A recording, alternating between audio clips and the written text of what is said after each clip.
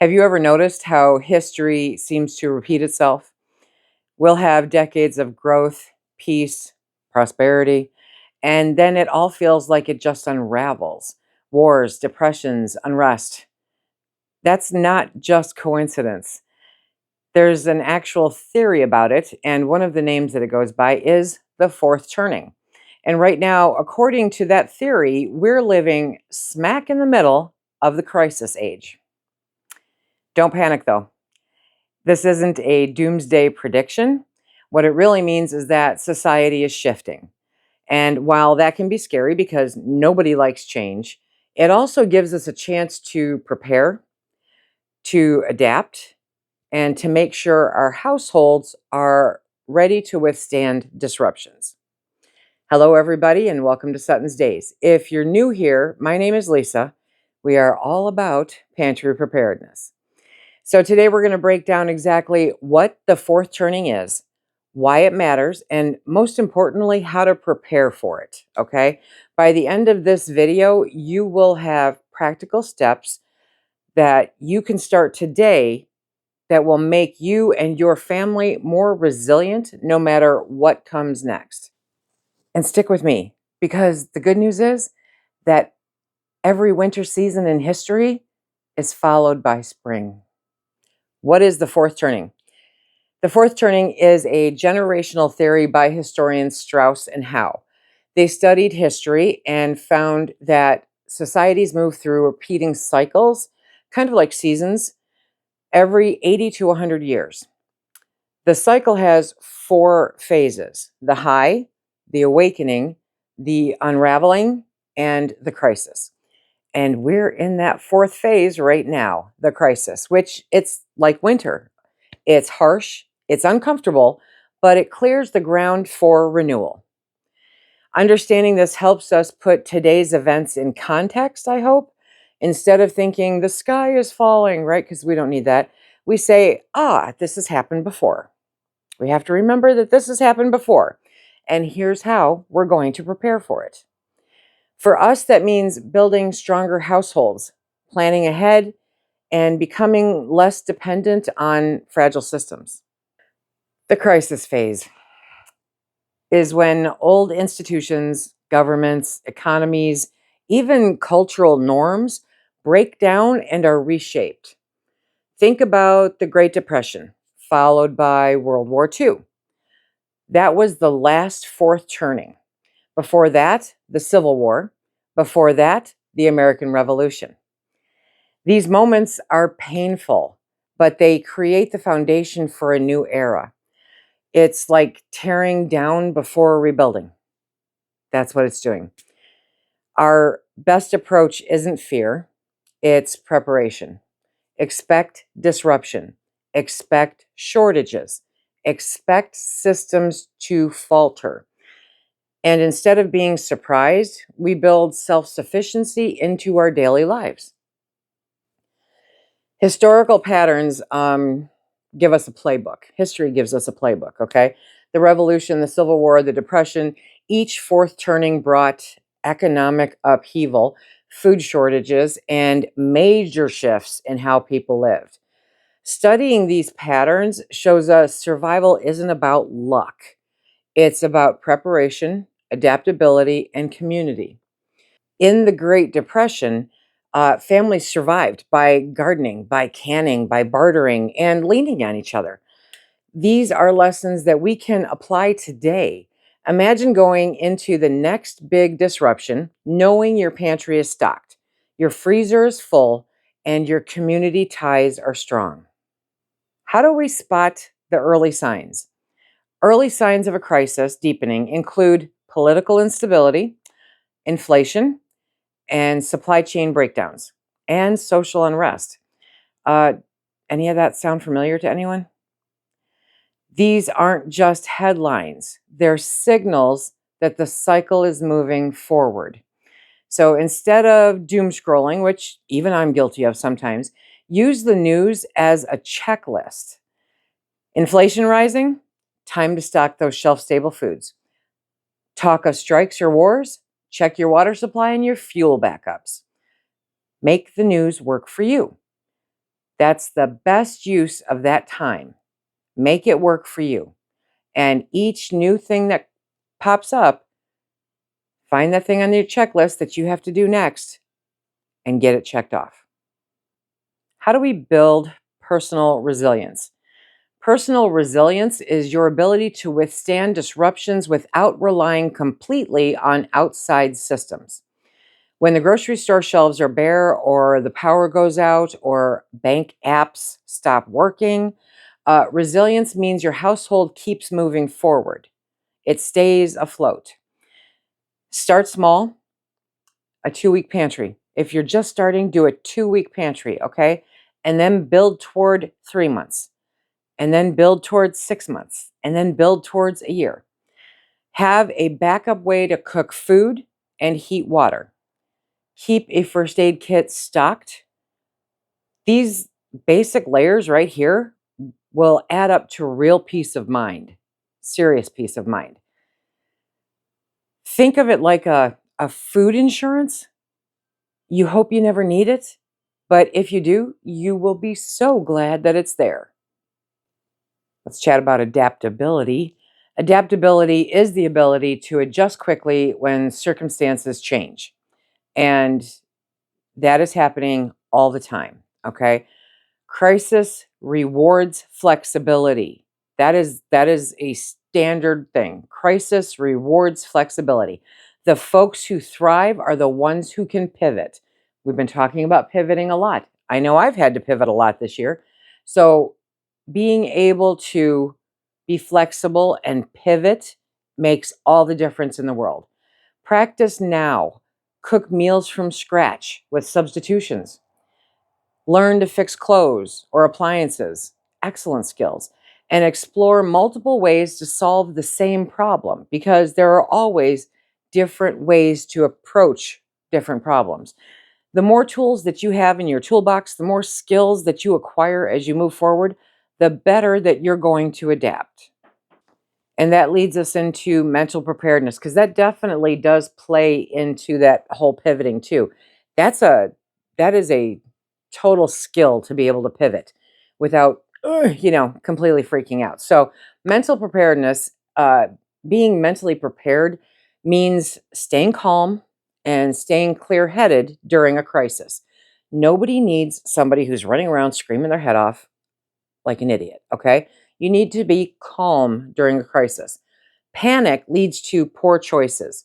Always. Panic leads to poor choices. A calm mind leads to smart, deliberate action. And that's who you want to be.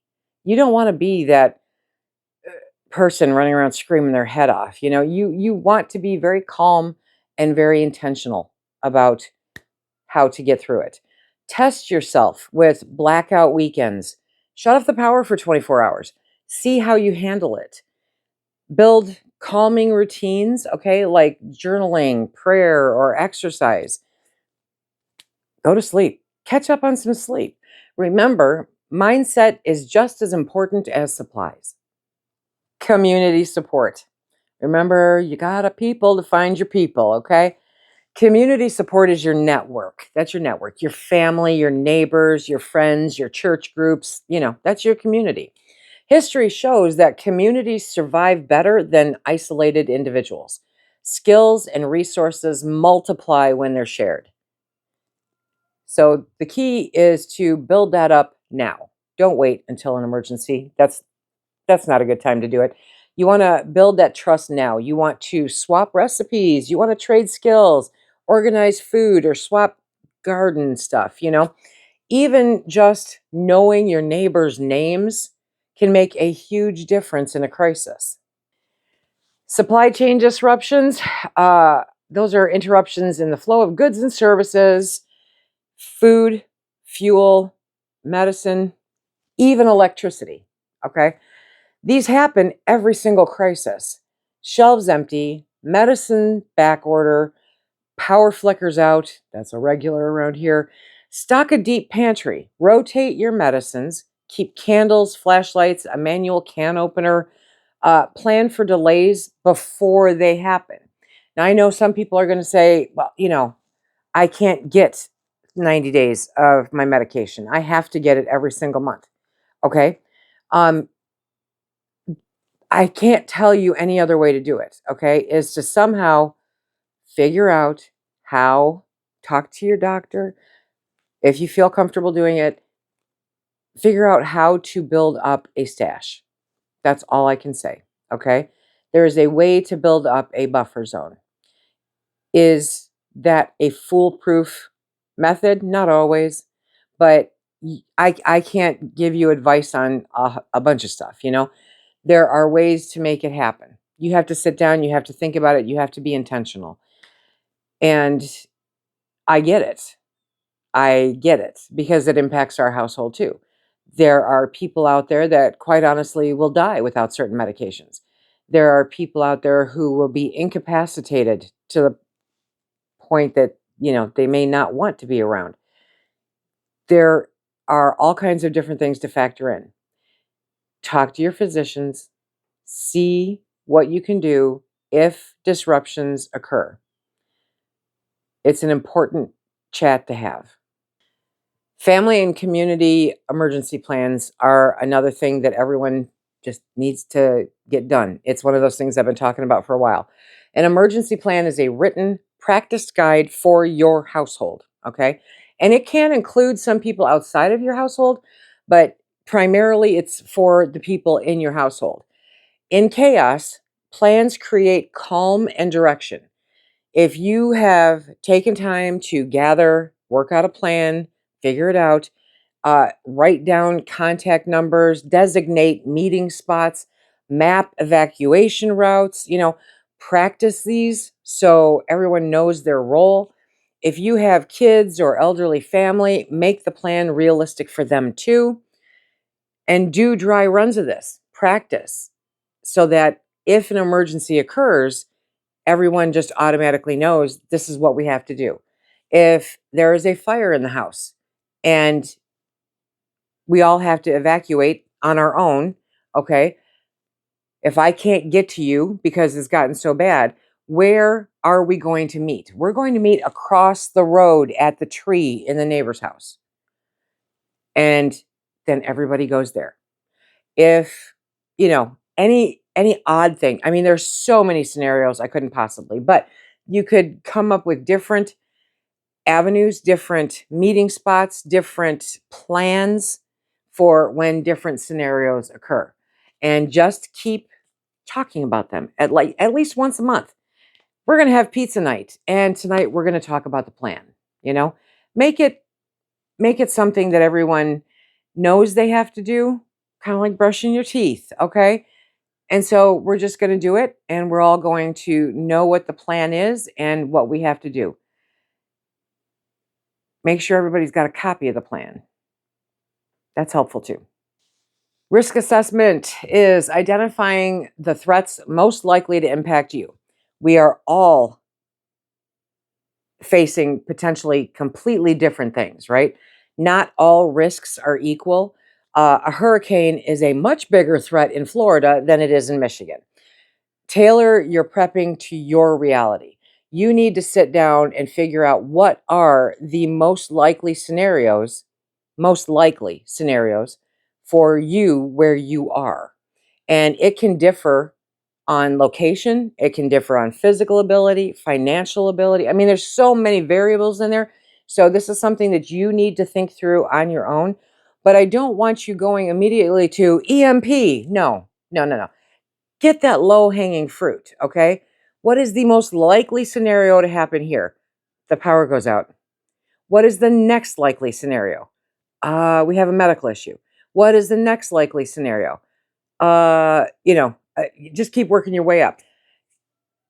There are enough possible scenarios to keep you pretty busy for a long time that you're not going to get to that EMP stage. But don't worry about it because if you do, by the time you've worked up all of the more realistic scenarios, you'll be prepared. Make a list of your top five.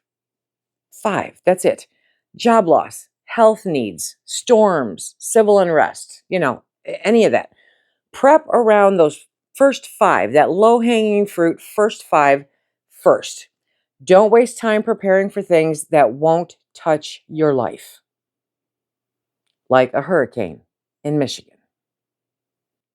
This is a hard one. I get it. Financial resilience.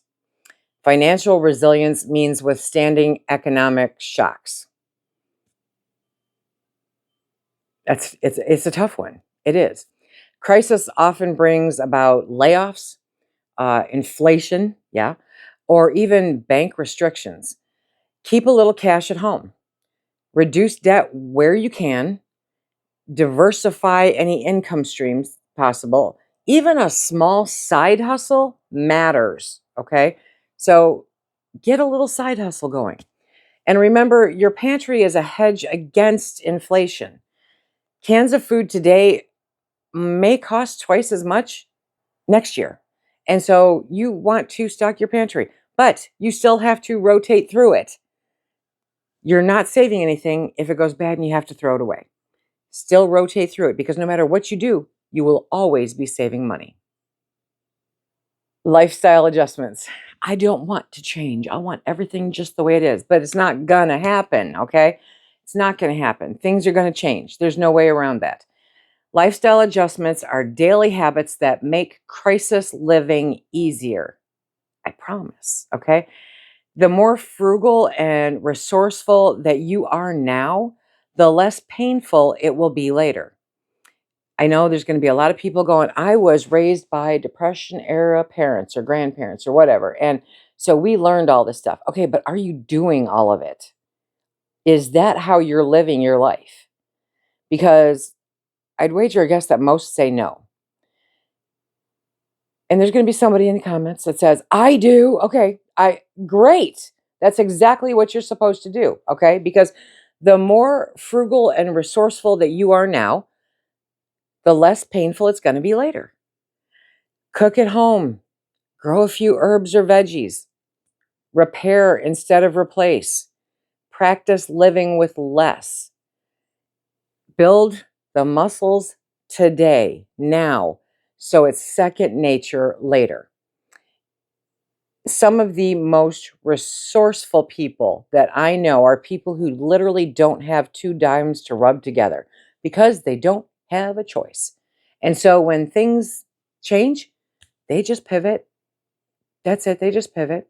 While people with more money tend to have complete meltdowns, learn to live with less, learn to make do, learn to fix instead of replace.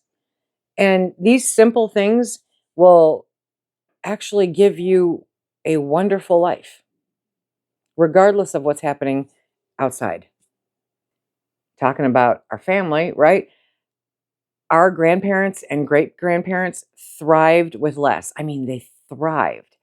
They had skills that we have long forgotten. These skills are timeless survival strategies. So necessary.